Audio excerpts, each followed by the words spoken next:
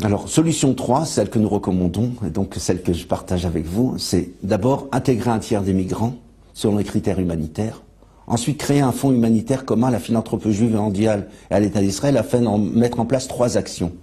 Premièrement, démultiplier le modèle des sponsorships au Canada. Au Canada, il y a un programme d'immigration.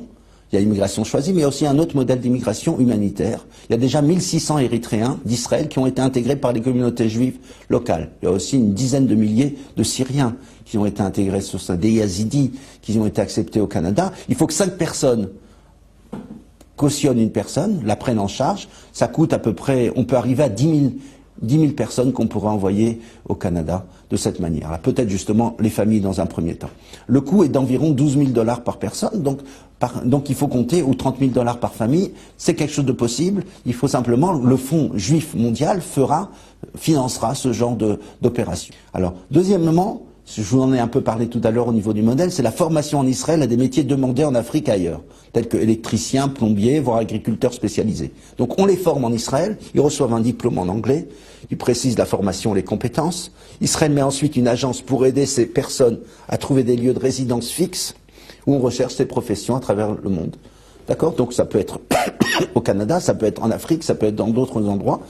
Israël va les aider à se déplacer là-bas, après les avoir formés, les avoir éduqués et les donner dans des conditions humaines. Et donc on les jette pas aux chiens, on les jette pas à la mer, mais le problème qu'on a avec cette solution, évidemment, c'est que ça va encourager d'autres gens à venir, puisqu'ils disent, on peut aller, en venant en Israël, ouais, écoutez les gars, en venant en Israël, vous pouvez arriver au Canada, en venant en Israël, vous pouvez après trouver un bon poste, donc ça vaut le coup de venir en Israël. Donc on a un petit problème avec cette solution, mais c'est ce qu'on peut faire. Il faut qu'on reste aussi, on est aussi dans un genre de médiation avec des compromis et des compromissions.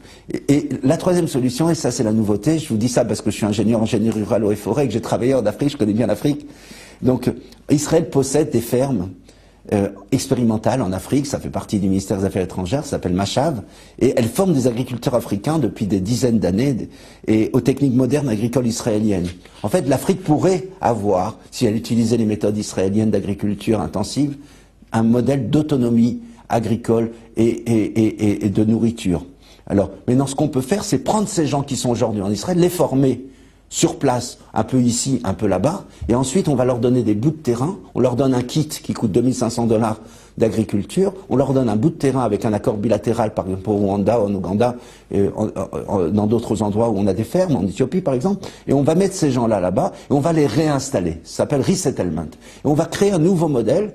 Une fois qu'on l'aura développé, ça sera une nouvelle activité d'exportation israélienne. Ça veut dire après avoir exporté des Waze, des Mobileye, des trucs, on exportera des immigrants. Donc on aura des migrants africains et ce sera un modèle qu'on pourra ensuite. Israël, évidemment, au départ, ça va choquer, tout le monde va s'opposer à nous. Et puis, à un certain moment, les gens vont dire, la solution israélienne n'est pas forcément si mauvaise que ça. Et ben peut-être on prendra évidemment des sociétés israéliennes qui sont spécialisées dans ce domaine et qui vont aider les pays qui voudront déplacer quelques dizaines de milliers. Et au fur et à mesure, on va créer ce modèle-là, évidemment, qui sera lié avec un plan Marshall mondial, où on va devoir redévelopper l'Afrique et la rendre indépendante économiquement. Mais voilà à peu près ce que je voulais vous présenter. Le débat est ouvert. À vous.